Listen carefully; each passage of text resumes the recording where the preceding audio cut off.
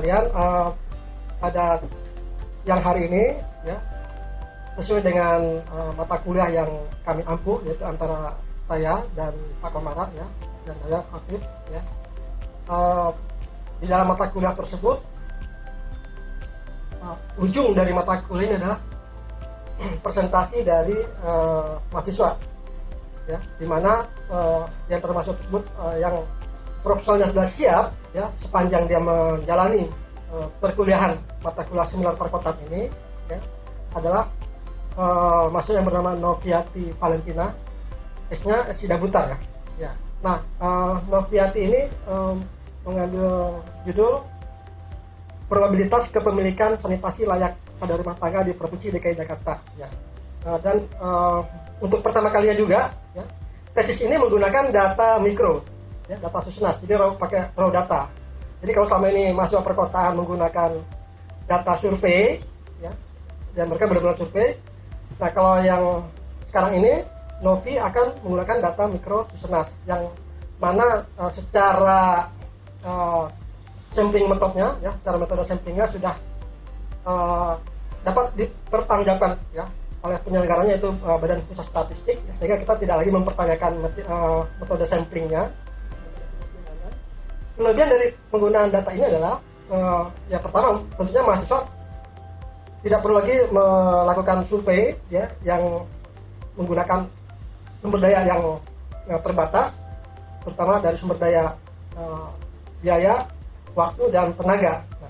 Nah, tetapi dengan menggunakan data mikro ini, tentunya mahasiswa dituntut untuk memiliki kemampuan skill dalam pengolahan software statistik ya, perangkat lunak statistik, terutama Stata ataupun SPSS ya, untuk dapat mengeksplorasi variabel-variabel yang terdapat dalam data Susenas tersebut ya.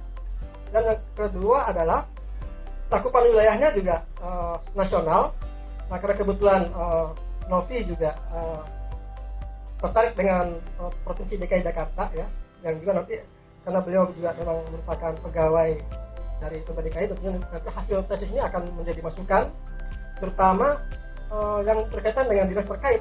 Mungkin ini karena judulnya berkaitan dengan sanitasi, tentunya ini berkaitan dengan dinas kesehatan ya. Nah, dengan cakupan yang nasional ini, BPS sudah memperhitungkan sampling frame-nya ya, representativeness-nya sudah terjamin. Nah, sehingga dengan menggunakan data dieksploitasi dari khusus DKI Jakarta, tentunya jumlah sampel tersebut sudah diperhitungkan dengan menggunakan pembobot tertentu ya, secara saintifik dapat dipertanggungjawabkan. Maka tentunya estimasi buat jumlah populasi DKI Jakarta itu sudah dapat dipertanggungjawabkan. Sehingga sampel yang ada di dalam data Susenas ini, ada beberapa sampel yang terambil yang sesuai dengan kriterianya, 3.000 sekian ya. Nah, 3.000 sekian sampel ini kalau nanti kita bobotkan, maka dia akan merepresentasikan jumlah rumah tangga yang masuk dalam populasi DKI Jakarta. Kira-kira seperti itu. Nah, mudah-mudahan mahasiswa lain juga bisa menggunakan mikrodata semacam ini ya, karena selama ini terang mahasiswa kajian pengembangan perkotaan selalu menggunakan survei ya, di mana dengan jumlah sampel tertentu ya, biasanya antara 300 sampai 400. Nah, tentu itu juga sangat membutuhkan biaya, tenaga, dan waktu, dan juga representativeness-nya juga masih dapat dipertanyakan lebih jauh ya. Dan juga bahkan pengambilan sampelnya pun apakah dia probability sampling atau non probability, itu juga mesti dipertanyakan lebih jauh lagi gitu. Nah, untuk mempersingkat waktu, silakan kepada saudari Noviati Valentina Sida Butar untuk mempresentasikan proposalnya ya, dan nanti akan diberi review, akan diberi komentar oleh dosen kita ya, yang nanti juga akan menjadi reviewer, salah satu reviewer juga ya, Pak Komara dan Pak Rudi Tambunan. Silakan pada saudari Noviati.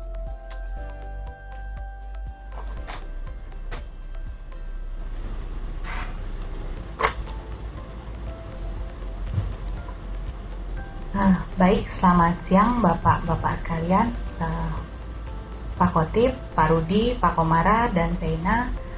Senang sekali kita bisa berjumpa di sini ya, dalam acara sidang proposal saya. Uh, pada hari ini saya mau mencoba memaparkan proposal usulan tesis saya. Tadi sudah sempat dijelaskan sekilas oleh Pak Khotib mengenai data yang saya pakai, itu data mikro dari Susenas 2017. Dengan topik yang saya ambil adalah probabilitas kepemilikan sanitasi layak pada rumah tangga di Provinsi DKI Jakarta. Sebagai pendahuluan, di slide pertama ini saya mencoba memperlihatkan satu foto. Foto ini salah satu sudut kota Jakarta, ini diambil menghadap ke arah jalan Rasuna Said. Dari foto ini saya mau mencoba menggali sebenarnya seperti apa Jakarta itu. Jakarta itu kalau kita lihat dari foto ini, kesan pertama yang timbul ketika saya pertama kali melihatnya itu cantik ya, pemandangan malamnya indah, gemerlap. Kemudian ada vertical rise-nya, ada low rise-nya, beragam ada di dalam satu frame ini. Kemudian dari high rise building itu sendiri juga kalau kita lihat lebih lanjut lagi, ternyata di sana masih melakukan pembangunan. Ini salah satu ciri dari Jakarta juga yang tidak pernah tidur, dia selalu melakukan pembangunan, bahkan di sini ada tanah kosong juga yang masih dibangun. Kemudian dari low rise-nya sendiri juga menggambarkan salah satu situasi Jakarta. Kalau kita lihat lebih jauh di sini low rise-nya itu hunian, tapi kalau diteliti lebih lanjut ternyata banyak pintu, banyak jendela. Apakah itu banyak pintu, banyak jendela ini? Dugaan saya ini kos-kosan atau bahkan mungkin di sini ada yang 3 sampai 4 lantai, itu mungkin semacam hotel melati ya. Jadi yang mau saya angkat dari foto ini, inilah Jakarta dengan tingkat urbanisasinya yang tinggi. Jika kita melihat data yang saya dapatkan dari BPS DKI Jakarta, pertambahan penduduk pendatang di kota Jakarta itu sekitar 247 orang per hari. Bahkan bila dihitung per jam itu sekitar 10 orang. Jadi nampak sekali bahwa urbanisasi Jakarta ini, pertambahan penduduk pendatangnya juga cukup tinggi. Kemudian slide yang berikutnya, ini saya coba membawa foto terkait dengan judul tesis saya yang tentang sanitasi. Saya coba angkat 6 foto. Ini ada foto toilet. Ini hanya untuk membangkitkan rasa gimana sih sebenarnya kalau kita melihat gambar toilet yang ada di atas ini yang 3. Mungkin dugaan saya ini toilet menengah ke atas. Kemudian salah satu toilet yang di sini mungkin middle ke menengah ke bawah.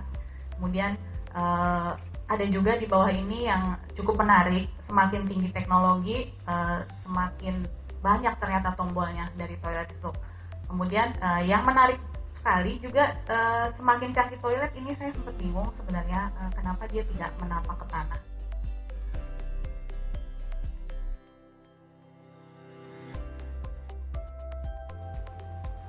Kemudian slide selanjutnya ini juga masih kondisi Jakarta. Kondisi Jakarta di salah satu sudut di bantaran sungai. Akibat dari arus urbanisasi, tingkat urbanisasi yang tinggi dan ternyata sulit dikendalikan oleh pemerintah itu sendiri, maka muncullah pemukiman-pemukiman alami. Pemukiman alami ini muncul biasanya dia ada di daerah-daerah yang tidak bertuan, lahan-lahan yang tidak bertuan. Karena kemiskinan dan keterbatasan lahan yang ada di Jakarta, maka timbullah pemukiman-pemukiman seperti ini yang kemudian dampaknya adalah kekumuhan yang ada di kota Jakarta. Kemudian berbicara tentang penduduk miskin yang ada di Jakarta, data dari BPS Provinsi DKI Jakarta di tahun 2018, persentase penduduk miskin di Jakarta itu ada di angka 3,58. Kemudian saya coba juga mencari data dari basis data terpadu Setwapres RI, dia ada di angka 3,47. Sedikit berbeda, tapi tidak jauh berbeda dengan angka yang BPS. Sedangkan angka Indonesia itu sendiri, persentase kemiskinannya ada di angka 9,8. Kemudian diagram di bawah ini menunjukkan di wilayah mana sih di Jakarta yang paling banyak penduduk miskinnya? Ternyata secara proporsi dia ada di Kepulauan Seribu. Kepulauan Seribu cukup tinggi. Kemudian selanjutnya itu ada di Jakarta Barat, Jakarta Utara. Kemudian penduduk miskin, tadi juga saya sudah menyinggung soal lingkungan yang kumuh. Saya mencoba mencari data sebaran jumlah RW kumuh di Provinsi DKI Jakarta seperti tabel berikut ini per wilayah dengan ada kategorinya, kategori berat, sedang, ringan, bahkan sangat ringan. Itu untuk kategori kekumuhannya. Kemudian per wilayah pun di breakdown kembali. Untuk RW kumuh yang paling banyak dengan kategori berat itu ada di Jakarta Barat ya. Kemudian untuk yang lainnya mungkin bisa kita lihat.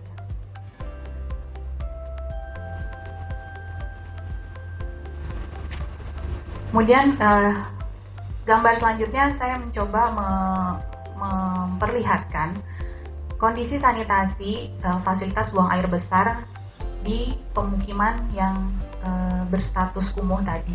Ini di bantaran sungai. Ini semua foto ada di Jakarta, saya dapat dari internet. Yang di bawah ini ada di Cilangkap, Jawa Timur. Ini kalau dari beritanya katanya namanya WC helikopter. Kemudian yang ini juga toilet di atas badan air. Ini juga toilet di atas badan air. Status lingkungan kumuh seringkali ditemukan pada daerah tak bertuan seperti bantaran sungai seperti ini, mayoritas di bantaran sungai, atau juga mereka timbul di antara bangunan-bangunan tinggi kota. Kemudian sangat identik juga dengan infrastruktur layanan dasar yang rendah, makanya sanitasi yang fasilitas buang air besar yang digunakan oleh masyarakat pun terkesan seadanya.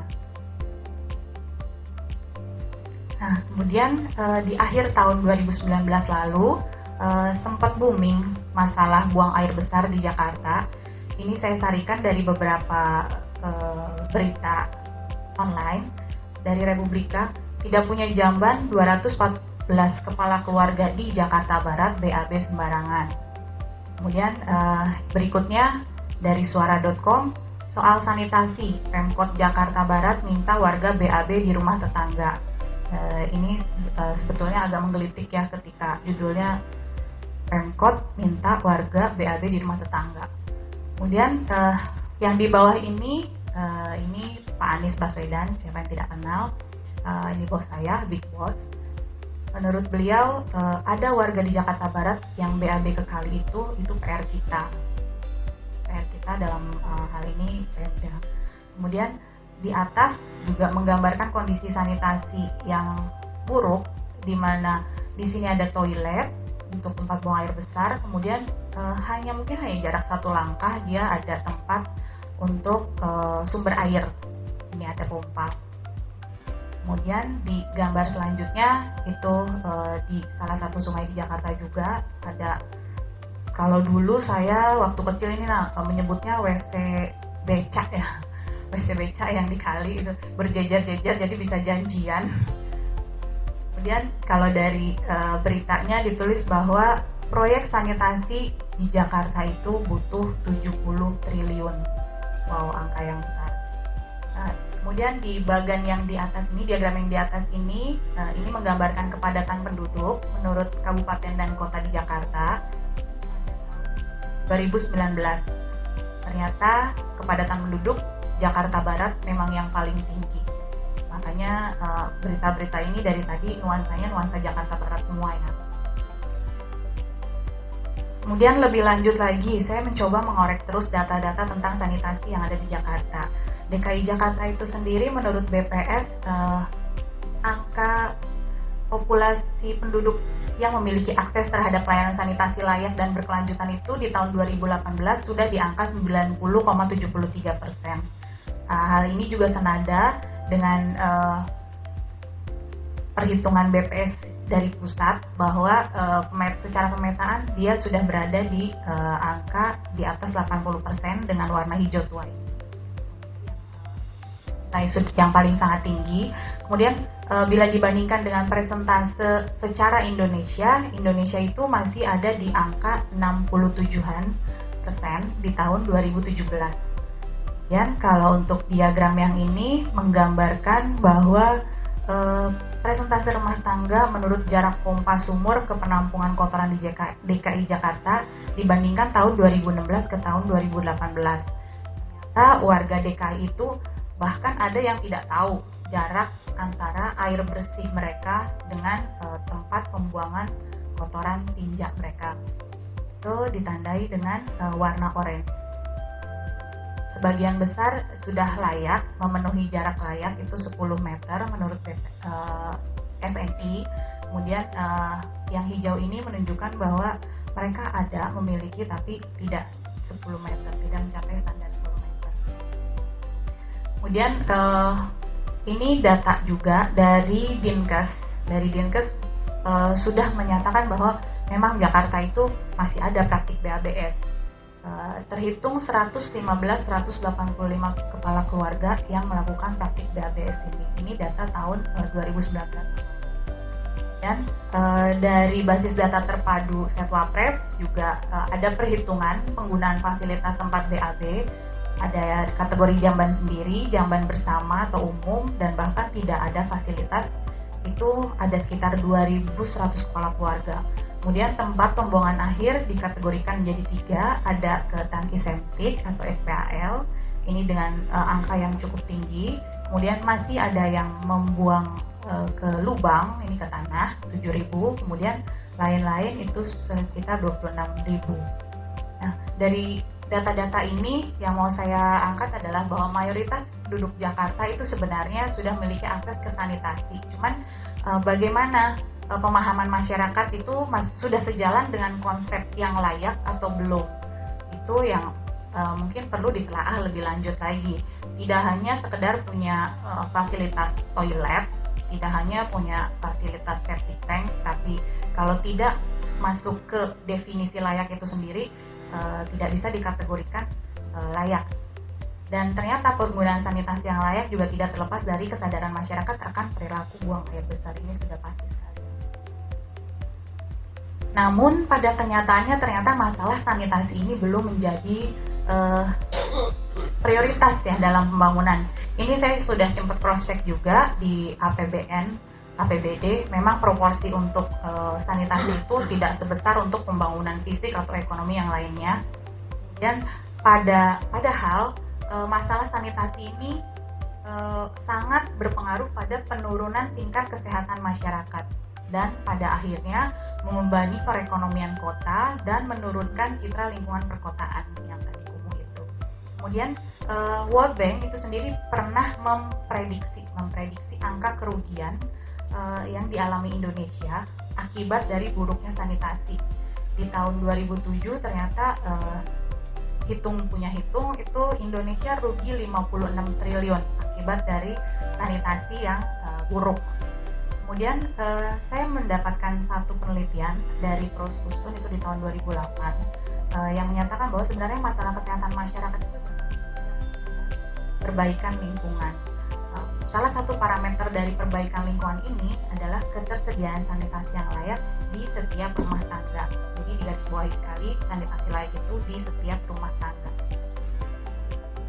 Nah, permasalahan yang saya angkat itu belum tercapainya sanitasi yang layak pada rumah tangga di Provinsi DKI Jakarta.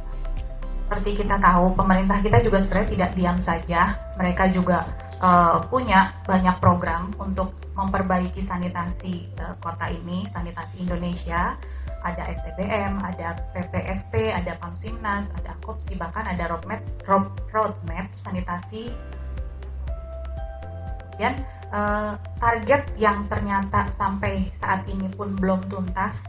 Target pemerintah itu 100% akses air bersih, 0% lingkungan kumuh, 100% layanan sanitasi atau universal akses. Nah, itu yang masih hingga saat ini diperjuangkan oleh pemerintah kita. Tantangan yang dihadapi Jakarta ini sama seperti tantangan yang mungkin dihadapi oleh kota-kota lain, anggota PBB. Sustainable Development Goals di tujuan 6 itu untuk memastikan ketersediaan dan pengelolaan air dan sanitasi yang berkelanjutan untuk semua. Untuk semua maksudnya setara dan tidak ada pembedaan. Kemudian turunkan lagi ke target 6.2 itu di tahun 2030 target untuk mencapai akses sanitasi dan kebersihan yang memadai dan merata untuk semua dan mengakhiri buang air besar sembarangan. Jadi dari SDGs itu sendiri memang sudah ditargetkan di tahun 2030 kita sama-sama semua sudah bebas BABS dan sudah mencapai sanitasi yang aman, layak, dan berkelanjutan. SDGs ini juga diturunkan ke rancangan RPJMN 2020-2024 di mana sanitasi itu sendiri menjadi salah satu isu yang strategis ya untuk dicapai tingkat pemerataannya. Nah, untuk Provinsi DKI Jakarta itu sendiri ditargetkan 100% akses sanitasi layak dan aman pada tahun 2024, 5 tahun dari sekarang. Kemudian sebetulnya seperti apa sih kondisi ideal sanitasi itu? Untuk menjawab pertanyaan itu, saya mencoba menggali tinjauan teori saya yang pertama dari lingkungan perkotaan. Lingkungan perkotaan itu seperti apa sih yang bisa sehat? Di sini yang saya garis bawahi sekali bahwa lingkungan perkotaan dibentuk oleh kendali manusia melalui proses perencanaan. Jadi sebetulnya segala sesuatu itu bila direncanakan dengan baik, hasilnya akan baik juga. Kemudian di sini ada beberapa teori yang saya angkat. Lingkungan pemukiman yang sehat juga sangat berkaitan erat dengan sanitasi dasar. Di dalam lingkungan yang sehat itu juga pasti ada rumah yang sehat beserta fasilitas-fasilitas di dalamnya. Kemudian yang terkait juga dengan sanitasi ada lingkungan, ada kesehatan lingkungan, dan ada kesehatan masyarakat. Kesehatan masyarakat kesehatan lingkungan merupakan komponen penting dalam kesehatan masyarakat. Dan Noto Atmojo juga menyatakan bahwa kesehatan masyarakat itu adalah upaya-upaya untuk mengatasi masalah sanitasi yang mengganggu kesehatan. Kemudian ada juga bagan dari Hendrik L. Blom tentang status kesehatan, derajat kesehatan masyarakat itu yang dipengaruhi oleh 4 faktor. Ada faktor lingkungan, faktor perilaku, faktor fasilitas, dan kemudian ini faktor keturunan. Nah, ada penelitian yang dilakukan oleh Novotny itu di tahun 2017 bahwa perubahan perilaku sanitasi jangka panjang harus dipahami sebagai proses yang bertahap yang bergantung pada akses berkelanjutan ke infrastruktur di samping faktor pendorong lainnya. Jadi, memang banyak faktor yang mempengaruhi sanitasi itu sendiri dan satu sama lain itu harus sinergis, saling berkaitan satu sama lain. Kemudian definisi sanitasi menurut Azwar itu adalah usaha kesehatan masyarakat yang menitik beratkan pada pengawasan berbagai faktor lingkungan yang mempengaruhi derajat kesehatan masyarakat. Kemudian lebih lanjut saya mencoba menggali tentang pelayanan sanitasi perkotaan. Ini saya mengambil hipotesis dari Lynch bahwa menurut Lynch itu pada kelompok masyarakat kaya, homogen, stabil, dan terpusat, dimensi akses pencapaian layanan tidak tampak signifikan. Dalam hal ini, golongan masyarakat ini lebih mudah untuk mencapai akses sanitasi yang layak, akses layanan dasar yang layak. Kemudian, namun pada masyarakat miskin, heterogen, tidak stabil, dan tersebar, dimensi atau akses pencapaian layanan dasar menjadi sangat penting, khususnya layanan atau akses pada kebutuhan-kebutuhan dasar manusia.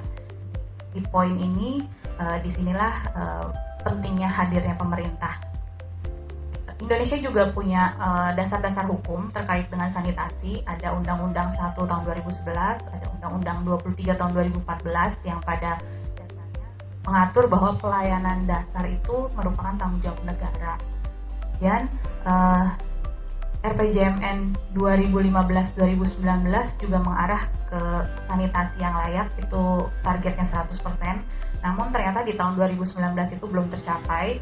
Jadi di rancangan RPJMN 2020-2024 kembali diangkut kembali target untuk mencapai 100% akses sanitasi layak di akhir tahun 2024. Kemudian satu juga yang saya highlight, memperbaiki layanan sanitasi di perkotaan harus dipahami sebagai proses yang bertahap dengan melakukan intervensi terhadap kendala-kendala struktural terkait dengan ketidaksetaraan pendidikan, ekonomi, dan sosial budaya untuk mendukung perubahan ke arah yang berkelanjutan.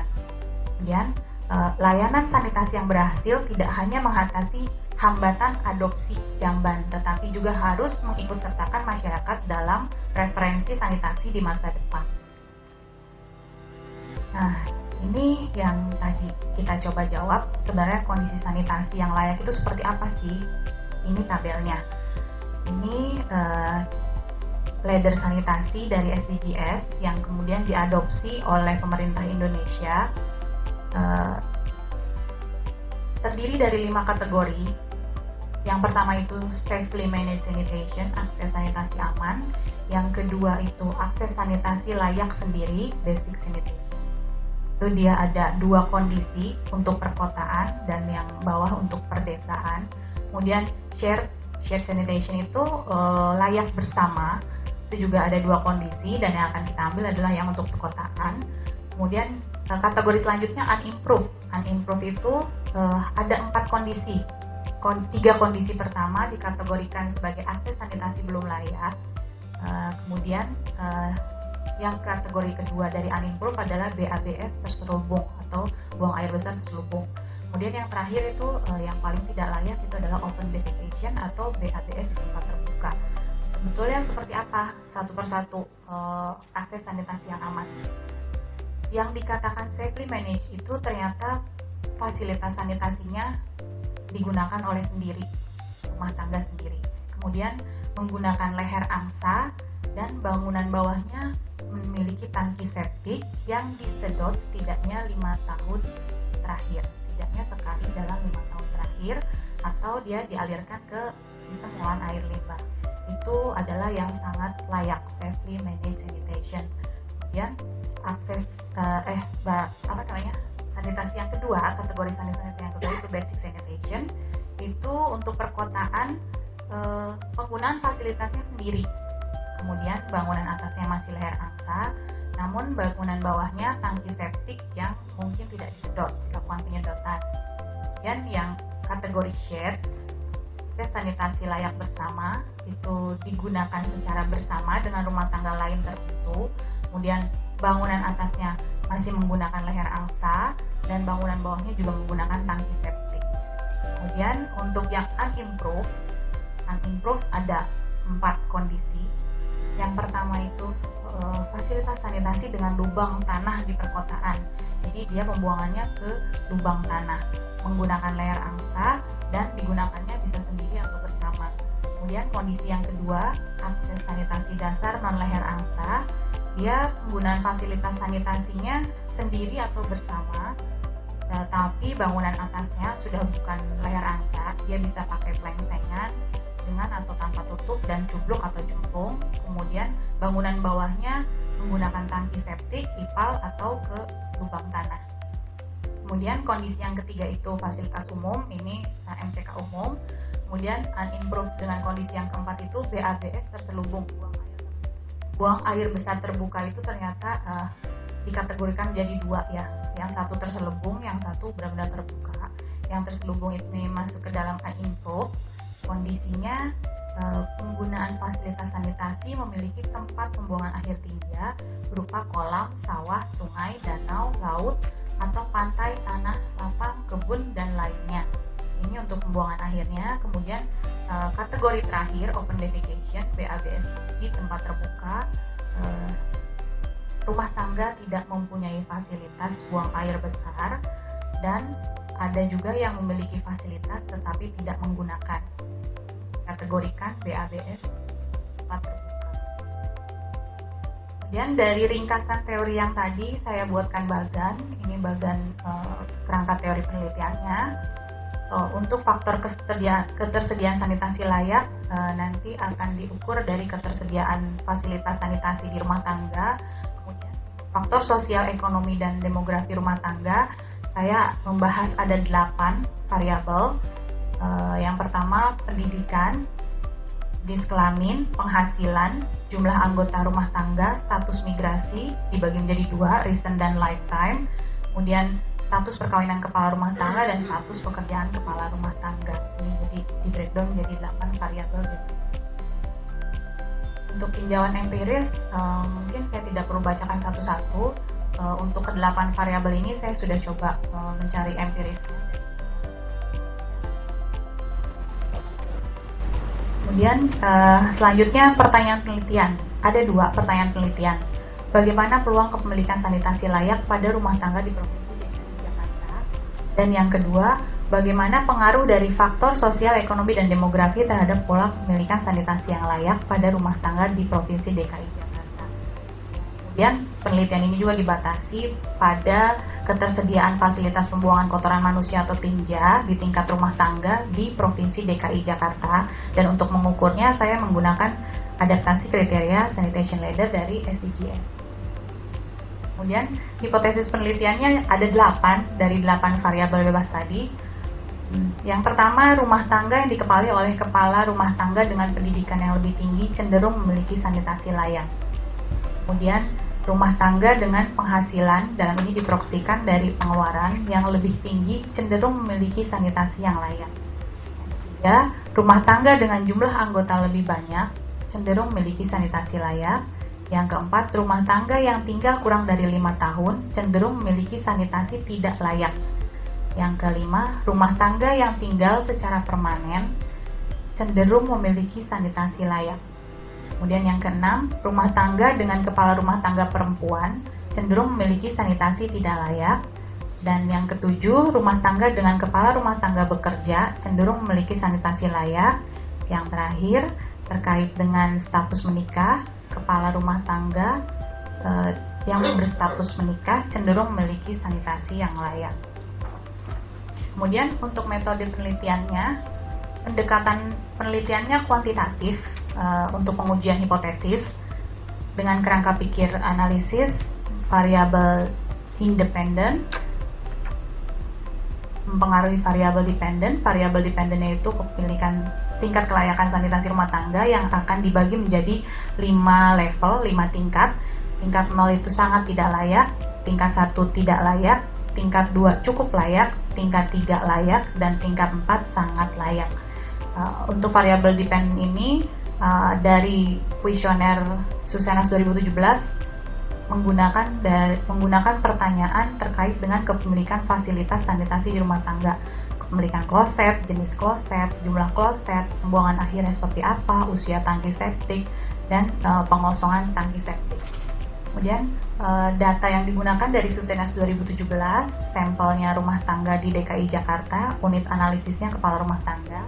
Dengan alur pemilihan sampel seperti bagian di atas ini, sampel rumah tangga Susenas 2017 itu sendiri ada 297.876 rumah tangga.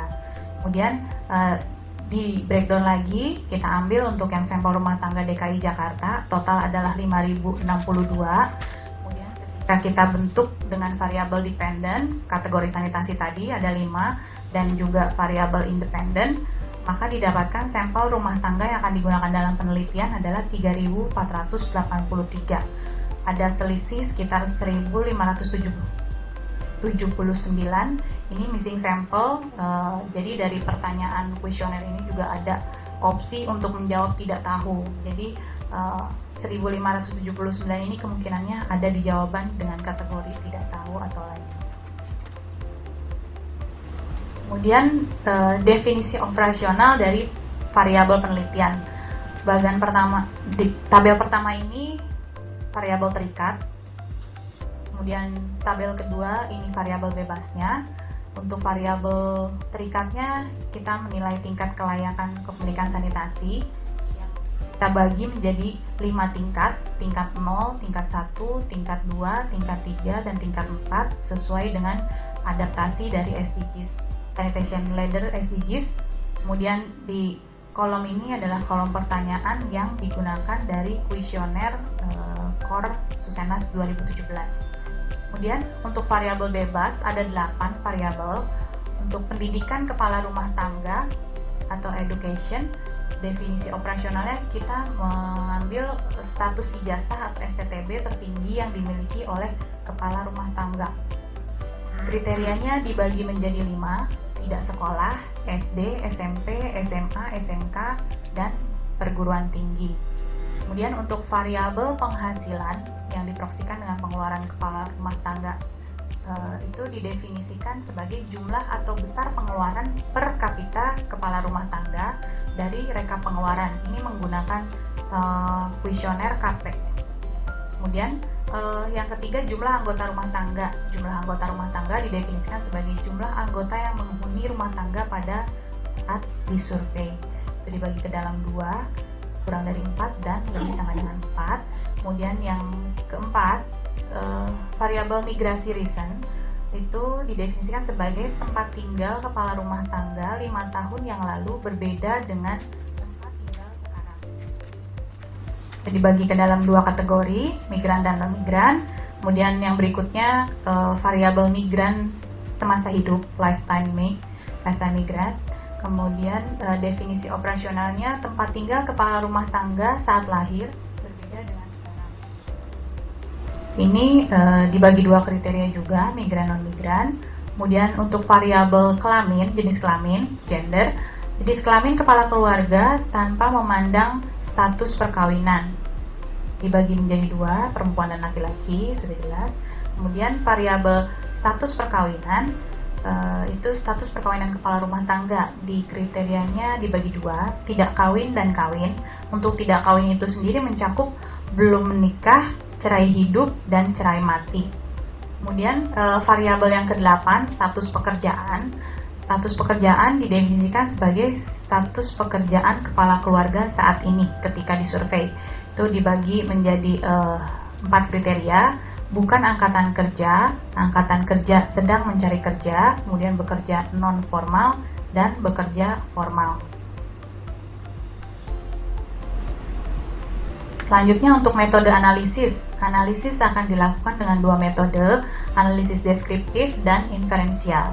Untuk analisis deskriptif itu menganalisa hubungan antar variabel dengan menggunakan analisis tabulasi silang, cross step. Kemudian penyajiannya juga akan menggunakan prinsip kolom atau prinsip row, baris. Kemudian analisis inferensial menggunakan ordered logit model, di mana metode ini memperlakukan variabel seolah-olah berkelanjutan atau kontinu dan diukur pada skala interval. Pengolahan data inferensial ini dengan menggunakan stata 13 dengan penggunaan maksimum likelihood pada logit untuk meminimumkan error. Ordered logit model ini juga dilakukan pengujian statistik dengan uji parsial dengan z-stat, kemudian uji serentak dengan likelihood ratio, kemudian goodness of fit dengan R-square.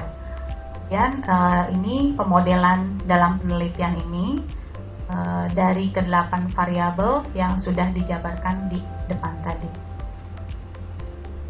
Kemudian terakhir, ini sebagai closing statement, ini cukup menarik.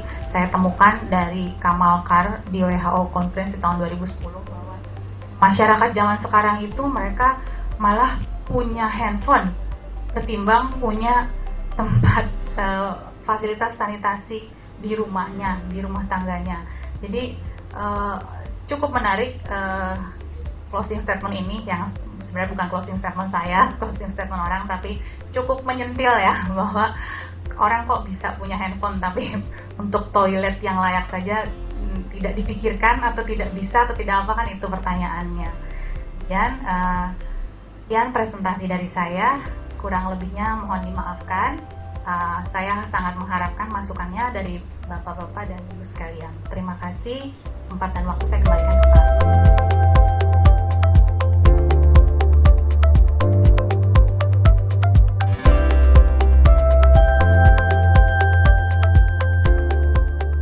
Sistematika berpikirnya tidak berpikir dengan urban studies.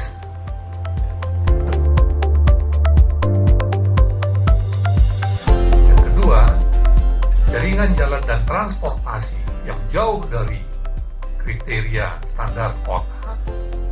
Karena dulu di Jakarta itu semua jalan-jalan kampung.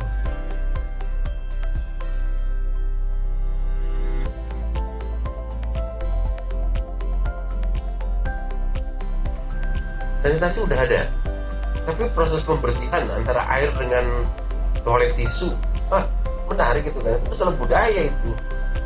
Kita kalau belum pakai air belum cukup, tapi kalau boleh-boleh itu udah langsung pakai jas, pakai apa, cuma pakai kertas doang. maksud saya begini, saya sengaja mendorong ke arah yang agak, oh iya ya, saatnya batasan tesis kamu tuh sejauh mana?